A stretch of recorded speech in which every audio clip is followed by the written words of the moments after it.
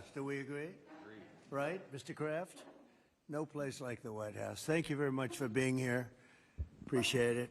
And we'll maybe discuss a couple of general topics. This is a board meeting for the Trump Kennedy Center, but we'll go into a couple of other things that we have the media present.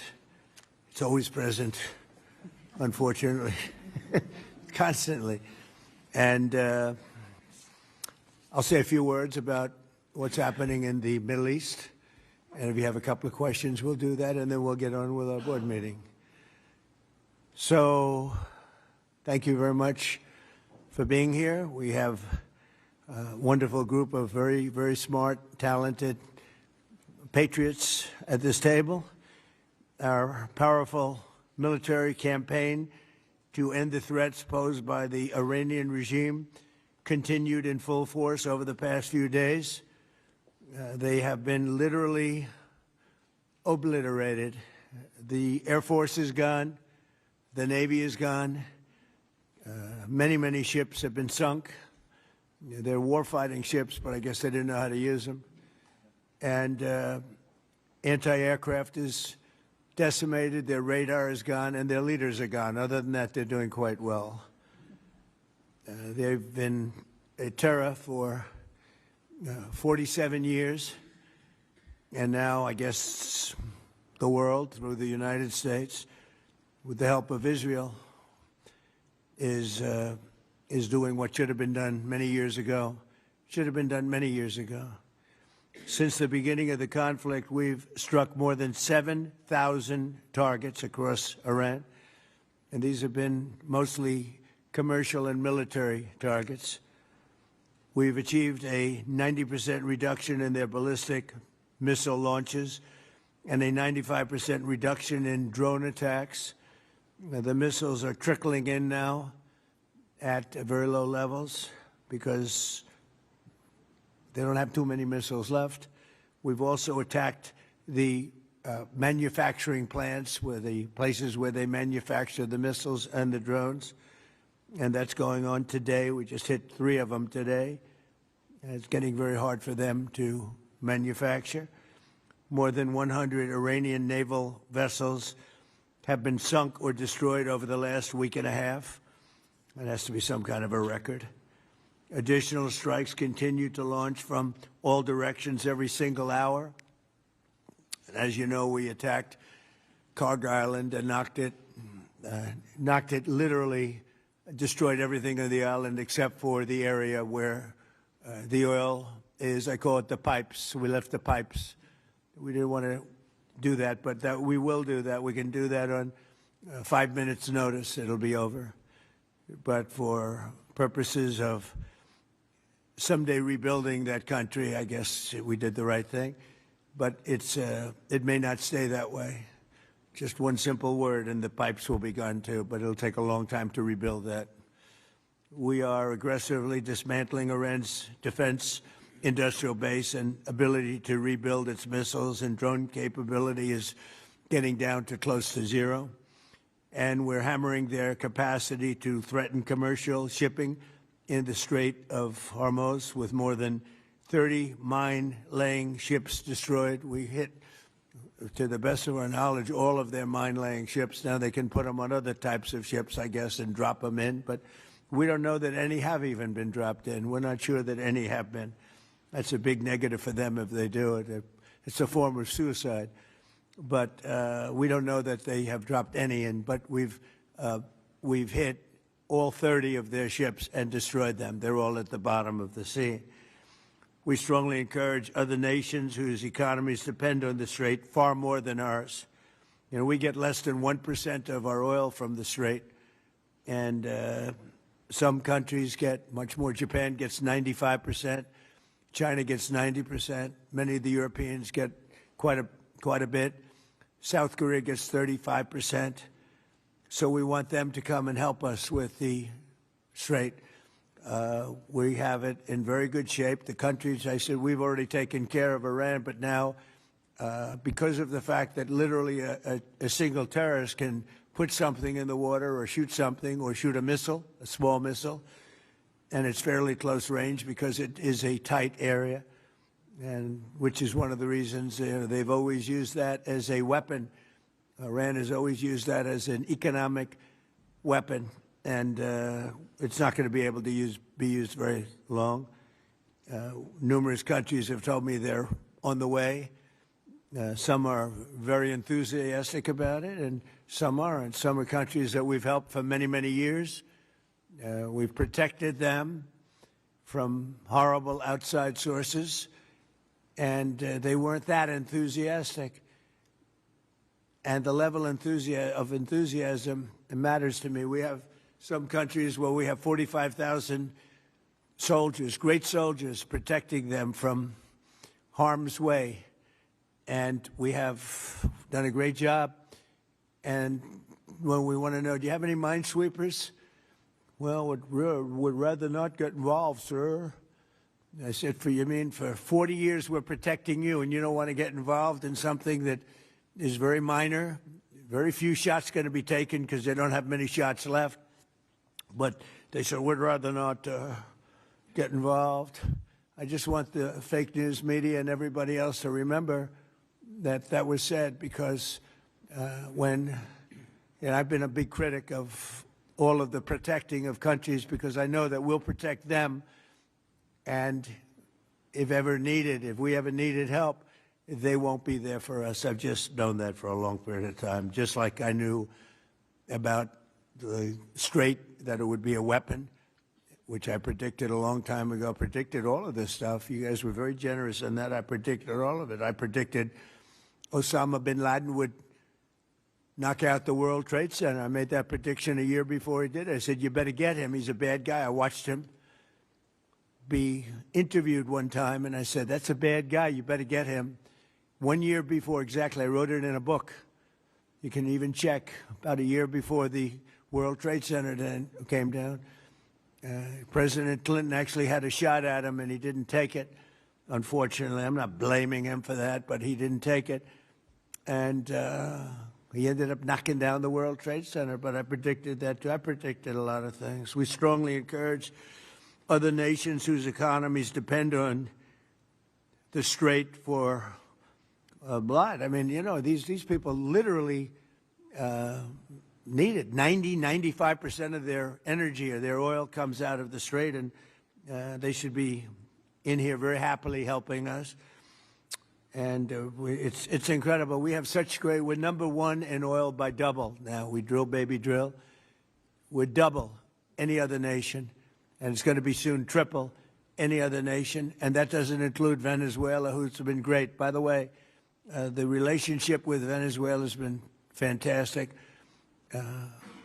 Millions, literally millions of barrels of oil are being taken out, and it's been a great help, and it's been to their great benefit. The president has done a really good job.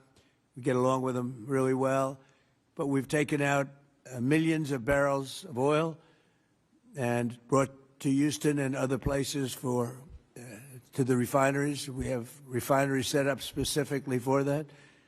And it's been a great relationship, and more and more is happening. It's a tremendous oil source, and we're stepping it up very rapidly. The big companies are going in, and they will actually, numbers in a pretty short period of time, numbers that they've never been able to do, we'll be doing.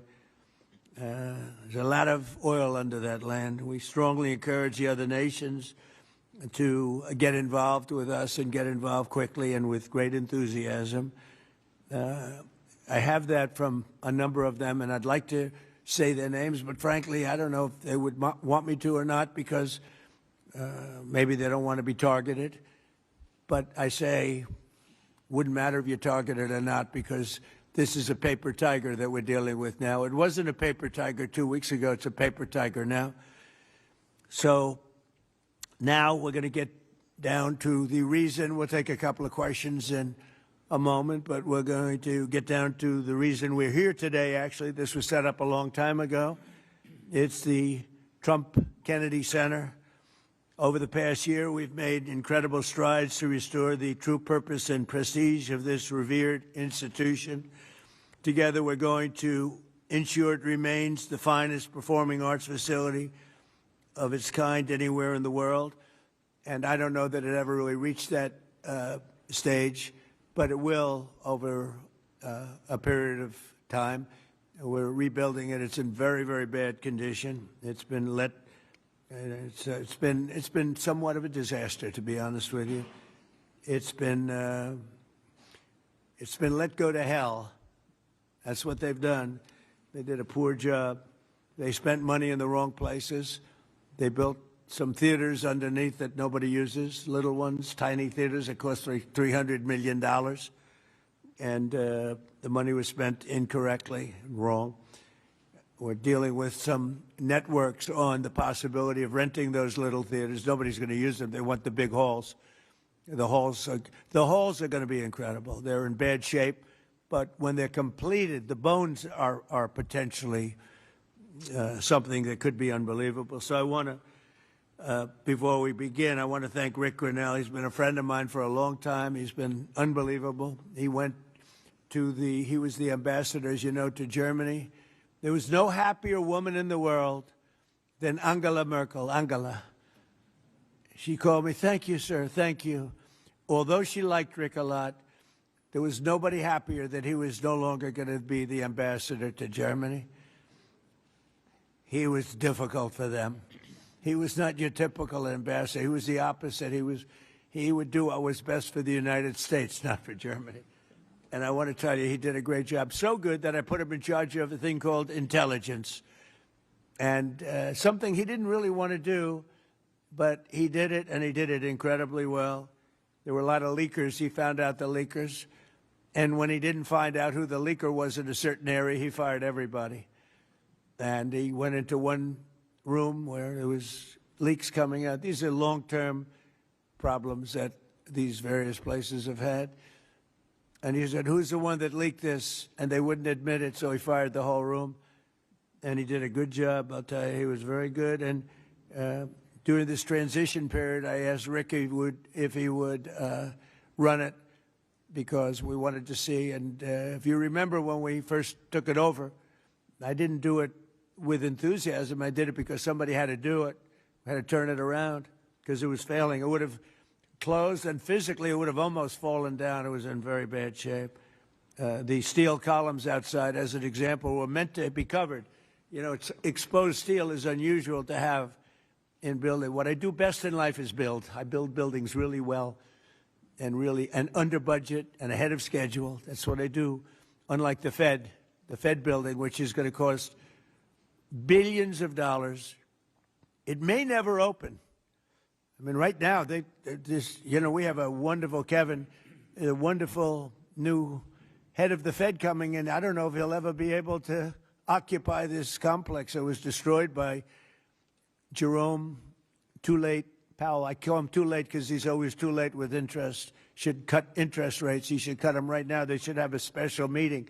What's a better time to cut interest rates than now? A third-grade student would know that. But that's a terrible thing. But what I do is build. I build great stuff. And what we're going to do is, right outside. In fact, if you look behind me, see the nice gold curtains? If you want to look into a nice foundation and you want to see a lot of work, very deep, very, very deep for specific reasons, we have a magnificent ballroom being built, because this is the biggest room, and it holds like 98 people for dinner. But behind me, you're going to have a ballroom that this building and the people occupying it, in particular, every president for 150 years has clamored for a ballroom, a large, beautiful room. This is a cocktail room, and this whole floor will end up being a cocktail room for the cocktail area or pre-area for the ballroom before dinners. So we'll have heads of state. We can't even do a heads of state dinner. Usually what they do is they would do them on the lawn with a tent. But when it rains, the lawn is very low. And you know the land in Washington. It was built on swampy, wet land. And when it rains and you have the king of Saudi Arabia, we have, as an example, the king of the UK, I would say King of England, who's a great guy. He's coming in very soon. And when it rains, you know what happened? The rain would go over their feet. It would be about 4 or 5 inches over their shoes. This was not good. So, and it rained a lot. So we're building, finally, because I do that. And by the way, no taxpayer money. I want to put that, zero. It's going to be, it's on time, on budget. It'll be under budget. Literally, we're having it under budget, other than we've upgraded it in terms of the marbles we're using. We're using onyx and stones that are incredible. But it'll be something really spectacular. I'm looking at Mr. Steve Wynn, who's over there. He built a spectacular building, and he knows Trump builds a spectacular building. I build better buildings than him. I don't care what he said. But Steve is over here, and he really, with his incredible wife, Andrea. And thank you both for being here. Andre is on the board, and Steve is so in love with his wife, he asked whether or not he could come. And I can say the same thing for the great Bob Kraft. He's got a wife that's so wonderful. He said, do you think I could come? She didn't have to accept that, you know. She could have said no. But Bob said, I would like to come. So, Bob, we will not let you vote, although his vote would be a good vote. He will vote for the proper thing. But it's good to have you both here. These are two great couples that know a lot about the things I'm talking about, like fixing, whether it's building a stadium or building a building. We know they know how to do it. So thank you, Steve, very much. But we've made incredible strides over the past year. If you remember, I said I want to run it for a year just to see, because the place is falling down. It's horrible. Air conditioning, heating is going to be ripped out in its entirety, and you know, it needs new. It's old. It's, how many years is it, Rick? What's the total? 50, almost, yeah, over 50. And we have 50-year-old air conditioning, more than that, actually. And it's in bad shape. Everything's in bad shape. It's got to be redone.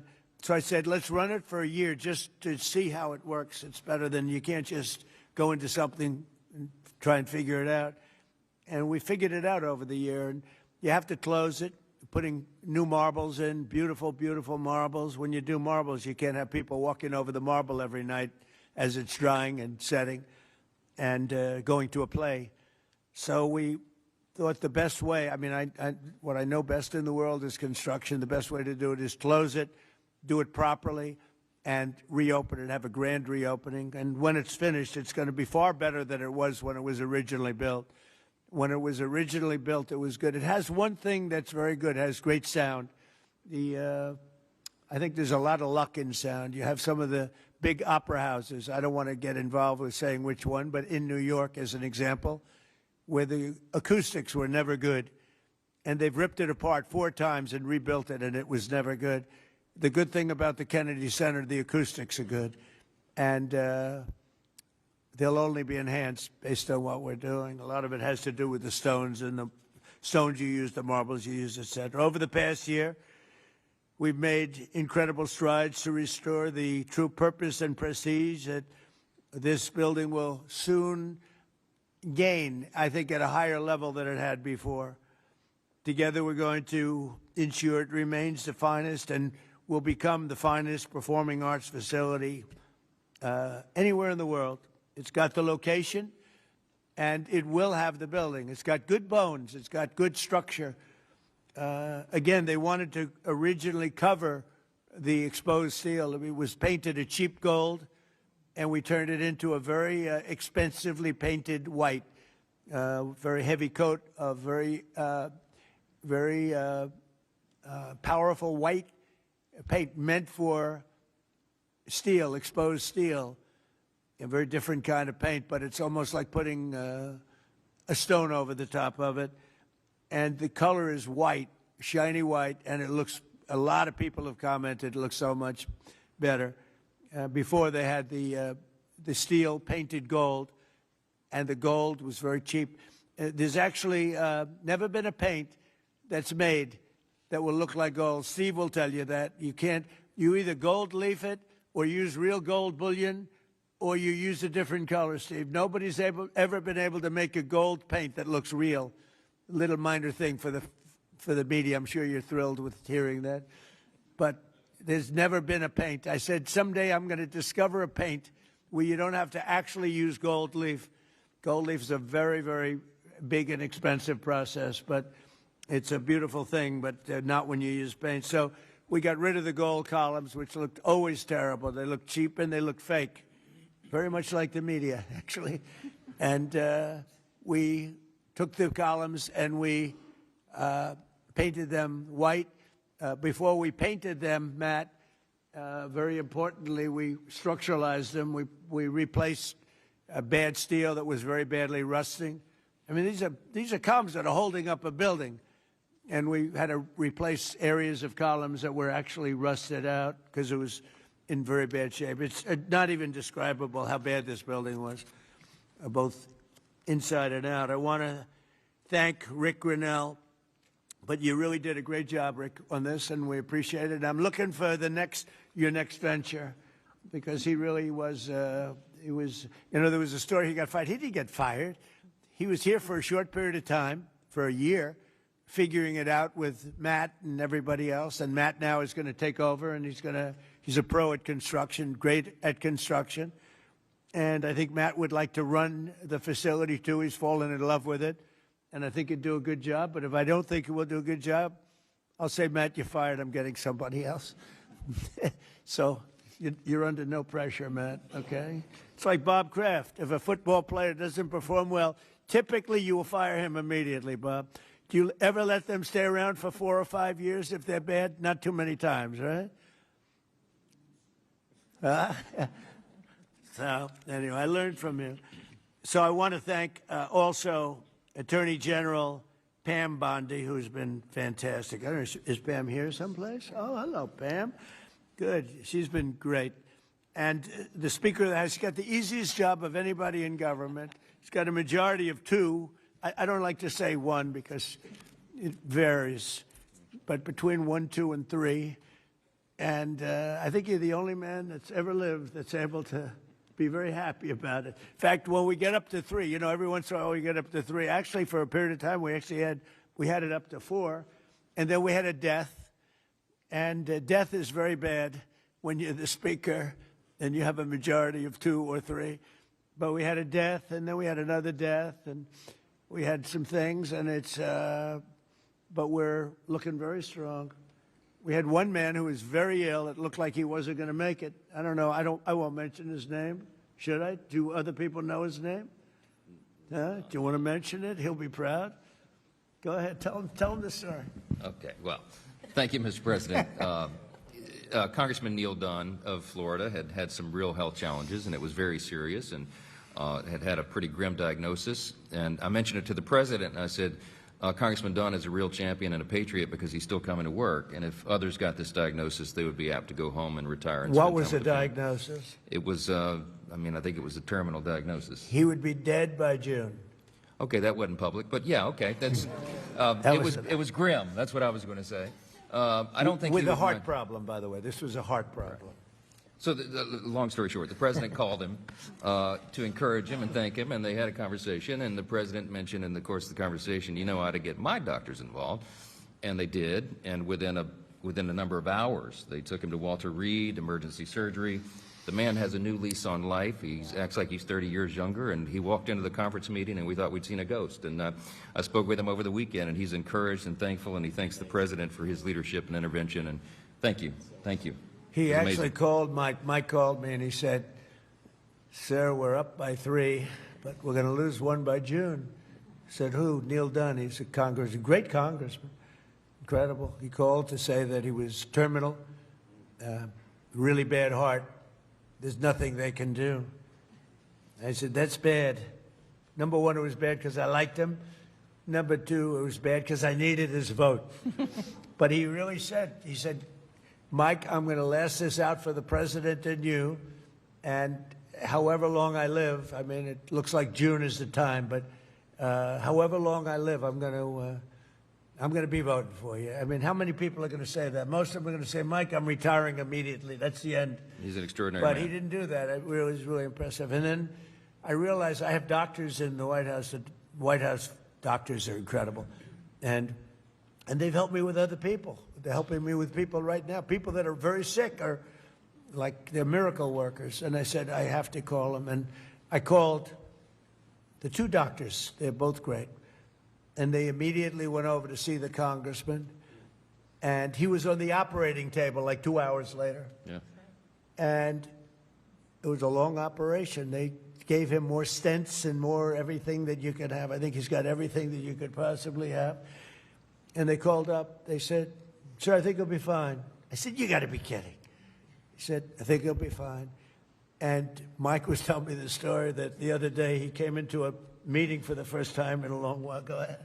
Well, it was incredible. I mean, he has a new lease on life. He has more energy than a man half his age, and very encouraged and encouraged all of us. So, again, a testament to great leadership. And he's, my hat's off to Neil Dunn and his beautiful wife and family. He's an extraordinary individual. And just, you know, because I don't want to have a terrible story about this, I did it for him first and for the vote second. But it was a close second, actually. But I did it for the vote second. All right? I want to also introduce Susie Wiles, who's fantastic. She's our chief of staff. And she's an amazing person, an amazing fighter. And she announced a minor difficulty, which will be in good shape. Good shape for, he'll be around for a long time.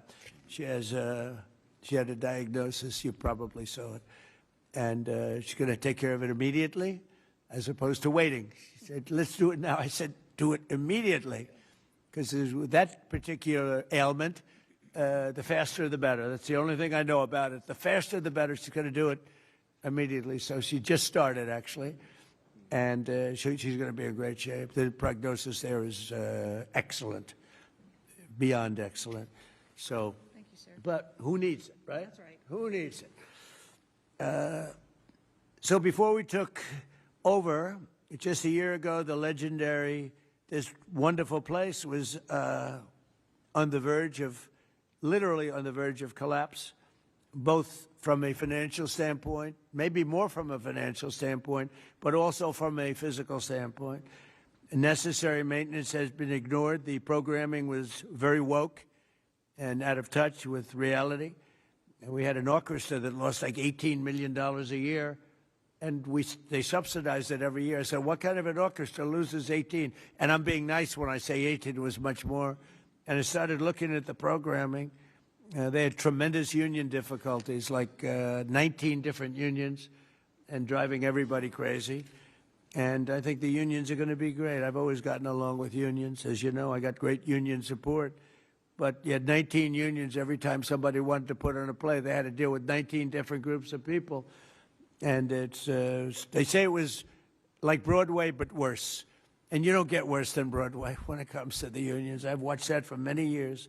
The programming was terrible, and they had a budget deficit of about $26 million minimum, owed a lot of money, were out borrowing money, which is a lot of people don't understand. So under the leadership of this exceptionally talented and rich board, it's a very rich board, not everybody, but most of you are loaded. Ike Perlmutter's got so much money. Look at Ike Perlmutter. He ended up being the largest owner of Disney. Started with, was it $100 or less? It was a little less, Ike, right? He didn't speak English, and he became the largest owner of Disney, right? But then they went woke, and he sold the stock. He didn't like Mickey Mouse being woke, right, Ike? But he's one of the most brilliant business people. Thank you, Ike. It's great. And Lori, thank you very much for being here. So I think it's Lori that's on the board, though, right, Lori? What's with these husbands? All the husbands are traveling. I think it's the White House. I got all the husbands with the wives. That's never happened. Boy, oh, boy, what great relationships. My wife is going to have to speak to me. This is pretty good. The biggest guys in the country travel with their wives to come to a meeting. But it has something to do with the White House, right, Ike? Right? You don't want to see me. You want to see the White House because it's a special building. But thank you. And congratulations on an amazing career. Most people don't know Ike Perlmutter. Isidore Perlmutter. And started with nothing and built a vast fortune just by deal after deal. Did you ever have a bad deal, Ike? Which was that? Don't tell. See how honest he is? Most people would say no. He says one, and it couldn't have been very bad.